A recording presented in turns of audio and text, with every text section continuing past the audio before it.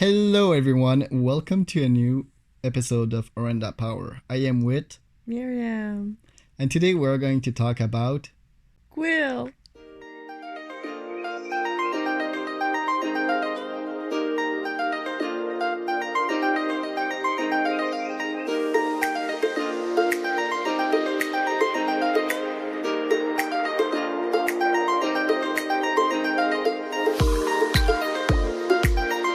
Alright, so quill is a Synodontis Eupterus catfish, but if you're not talking Latin like I am, Yeah, right. you can call it a squeaker catfish.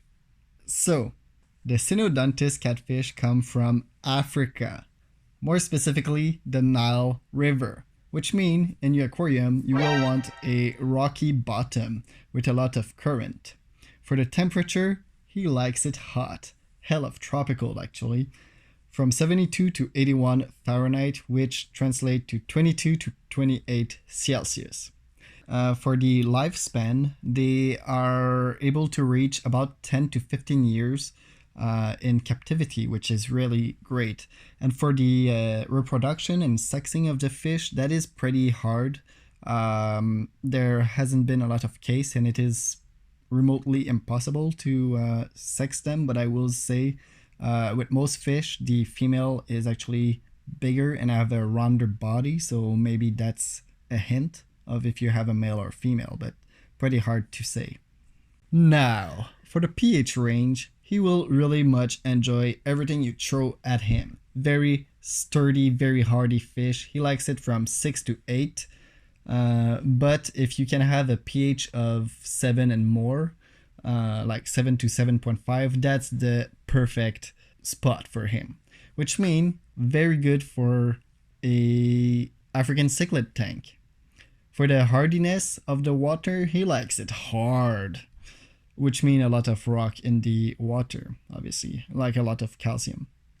For the size of the aquarium, well, according to my source, you will want something around 50 gallon, but I will say if you can get bigger, it's always better. And that is for only one individual. If you want a group of them, you will want something way bigger, like a 125 gallon, because the dominant fish will kind of take the hiding spot of the weaker fish in there.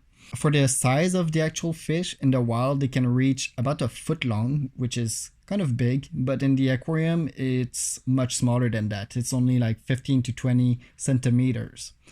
Which is still big, but not as big as other species of catfish. For food, you will want to give them some sinking pellets because they are bottom dwellers and they are scavengers in the wild. If you can give them some night crawlers, as well as some frozen bloodworms and other frozen foods, they will enjoy that, but they are also omnivorous, meaning that they will enjoy algae pellets. For compatibility now, as I mentioned earlier, they are perfect with cichlid because they have a very thick skin and they also have spine in 3 of their fins.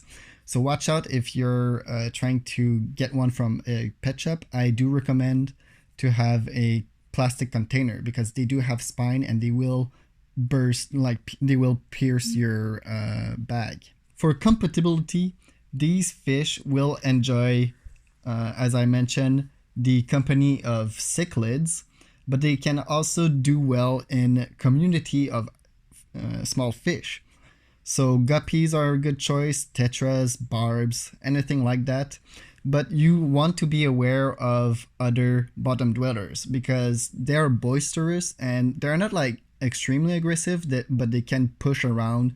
And during the feeding time, if another fish is more reclusive, that can become a problem. So I would recommend that he is the main like bottom dweller of your aquarium, and then you have other fish in the middle and upper section. Now for the tank setup, you want, as I mentioned, gravel or rocks for the bottom, and you want a lot of hiding spot. They are primarily nocturnal, but that doesn't mean they are inactive during the day. In fact, for a catfish, they are pretty active. And they are very curious, very interesting. They will love driftwood. Careful with plants though, because since they are kind of big and, kind of do big movements. Like small plants can get uprooted pretty easily, but anubias, java fern, java moss, all of that stuff that can be glued on rock, that is perfect. So yeah, for the hiding spots, you want several hiding spots, and the Synodontis catfish will basically find the best one in the aquarium and stay there most of its time. So having the option is always a good thing, especially if you keep several one together, because as I mentioned, the bigger one, the boss of the tank, will take one spot, but you want the weaker one to have spots as well. So having like fake logs or big driftwood pieces or big caves, even PVC pipes, really, all of these stuff can make good hiding spot for him. In the wild, it's a one way to defend themselves from birds and stuff. One of the best thing about this catfish, in my opinion, is their general look. They're very graceful, and with age, their fins actually get like so much longer and so much prettier. I am very much enjoying this animal. I like the color too, you know, it's gray and black. It's not colorful per se, but it's kind of cool. It's a dark fish, and if you have it in a community full of colorful fish, the contrast will be very interesting. And I also just love how curious he actually is. He likes to explore everything I put in the aquarium, and you can see in his eyes that he is pretty smart. What do you like about Quill? I think he's super cute when he hides and just look at us while we're watching the fishes. It's enjoyable. Thanks a lot everyone for watching. Thank you Mimi for editing. And if you have any question or if you have suggestion of future profile care of any of the fish you've seen in my aquarium that you really want to know how to take care of them, just let me know in the comment section. Meanwhile, you can also like, subscribe, share, and have a great day, you know? Happy quarantine.